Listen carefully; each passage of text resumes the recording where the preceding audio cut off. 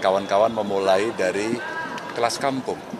Dan kita harapkan ini yang akan memunculkan bibit-bibit unggul untuk prestasi sampai usia itu. Dan ternyata inilah kawan-kawan bupati, wali kota yang dulu sudah memulai itu, dan kita harapkan proses yang kita lakukan itu akan menghasilkan atlet yang hebat, yang sportif, yang ikut aturan dan kelak kemudian menjadi juara.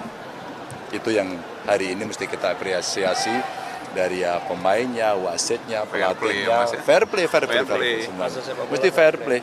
Sepak bola mesti fair play. Kalau enggak pasti kita kena hukuman. Ya.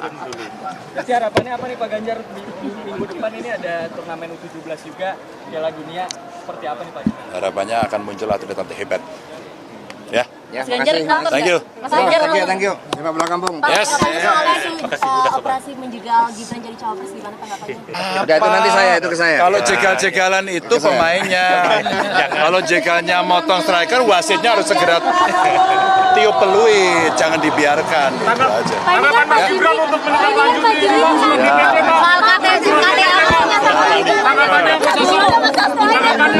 bola. Mas Hasto soal KTA.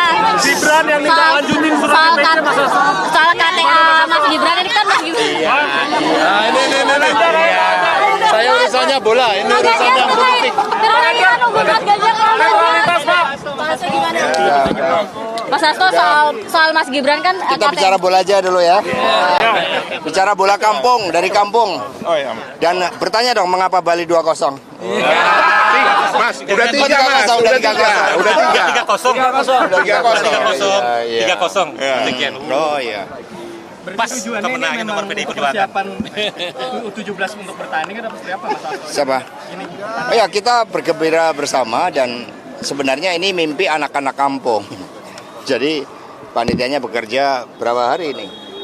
Cuma 2 minggu Mas. 2 minggu, karena sepak bola anak-anak kampung dan kemudian dilakukan oleh beberapa kepala daerah PDI. Biasanya di setiap kabupaten mereka punya mimpi main di GBK. Ya udah, kita hadirkan main di GBK pada hari ini sehingga mimpi dari mereka terlaksana. Diharapkan akan muncul suatu kultur membangun supremasi bola dari kampung. Itu pesan utama.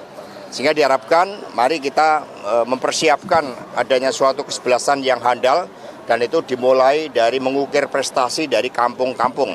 Itulah yang dipelopori oleh kader-kader PDI Perjuangan. Konsisten kan, itu aja tropinya bagus sekali. Gitu. Meskipun karena mendadak, ya nanti ada beberapa rancang yang lebih baik. Yang rancangannya udah bagus dari Mas Prananda dan siapa? Ya, seperti itu, sehingga ini akan menjadi kegiatan tahunan ya dari kami. Tapi memang nanti akan dimulai betul-betul prosesnya dari setiap kepala daerah atau wakil kepala daerah dari PDI Perjuangan wajib mengadakan turnamen sepak bola antar kampung. Kalau soal isu jegal-jegalan ini kan? Isu jegal-jegalan seperti apa nih Mas Hasto? Ya seperti bola kan, kalau jegal ada wasit nyemprit. Ya, kan? kuning dulu. Serta itu kartu merah. Katanya sudah menerima surat dari PDIP soal kembalikan KTA itu dari PDIP, apakah sudah? Dari DPC Mas. Dari DPC ya, kita serahkan DPC. Itu urusan DPC ya. Karena Mas Gibran menerima KTA kan dari DPC. Kalau sekarang BPN ini minta sanksi berat kepada MK ini gimana Mas Hasto?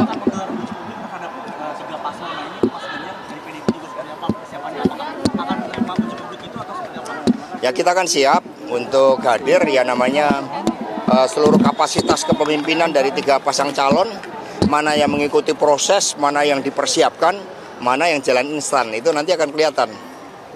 Mas Ganjar, kalau soal soliditas kabinet gimana sebenarnya? Perjalanan di Blitar. Dari tadi di Blitar, ya kita semuanya kan membangun suatu kultur yang selama ini sudah dilakukan oleh PDI Perjuangan. Sebelum ada event-event besar termasuk pemilu, ya kami berdoa ke makam proklamator yaitu Bung Karno. Suasananya sangat bagus, bahkan menurut masyarakat tiba-tiba tadi hujan. Nah, hujan ini kan tandanya baik. Dan kemudian pada saat doa itu bendera merah putih dan bendera kepresidenan itu berkibar. Setelah doa yang dilaksanakan secara khusyuk, itu tiba-tiba muncul hujan rintik-rintik.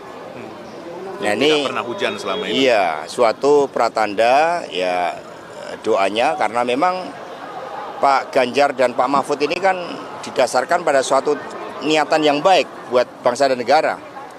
Nggak ada niatan yang lain kecuali membangun Indonesia kita. Mas Hasto, harapan terkait dengan sidang MK Mas, tanggal 7 besok seperti apa harapannya? Ya, Mahkamah Konstitusi itu adalah benteng demokrasi, sehingga tidak boleh dikebiri, tidak boleh ada manipulasi, tidak boleh hanya karena hubungan kekeluargaan, kemudian hukum dikorbankan. Maka kami percayakan sepenuhnya pada Mahkamah Etik untuk mengambil keputusan terbaik demi keadilan.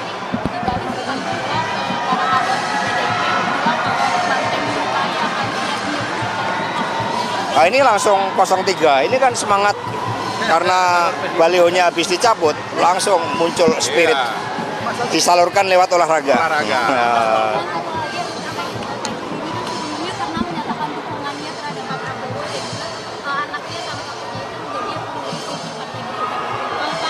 Siapa? Prof. Jimli. Kita percayakan pada kenegarawanan Prof. Jimli dan seluruh anggota dari Mahkamah Etik. Kami melihat soliditas kabinet untuk pemerintahan di tahun politik ini dengan beberapa menteri kan masuk beberapa pasangan capres itu. Kalau dari kami, menteri punya tugas bagi kepentingan bangsa dan negara. Itu dedikasi dari menteri-menteri PDI Perjuangan. Sehingga kalau ada menteri yang masuk di dalam tim pemenangan nasional, itu masuk di dalam Dewan Penasihat. Dan itu perwakilan, jadi cukup perwakilan. Meskipun menteri dari profesional, dari PDI Perjuangan yang akan membantu TPN itu ada cukup banyak, tetapi demi kepentingan bangsa dan negara nanti cukup perwakilan yang masuk di dalam struktur Dewan Penasihat. Tapi kalau dari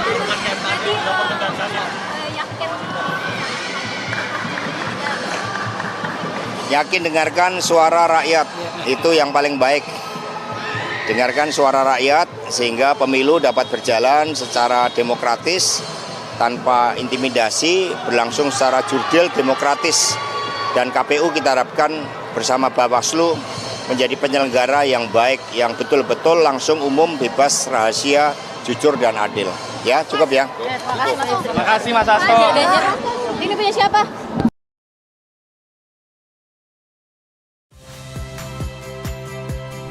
Saya Aldin Fridianto. Saksikan terus program-program Kompas TV melalui siaran digital, pay TV, dan media streaming lain. Kompas TV, independen, terpercaya.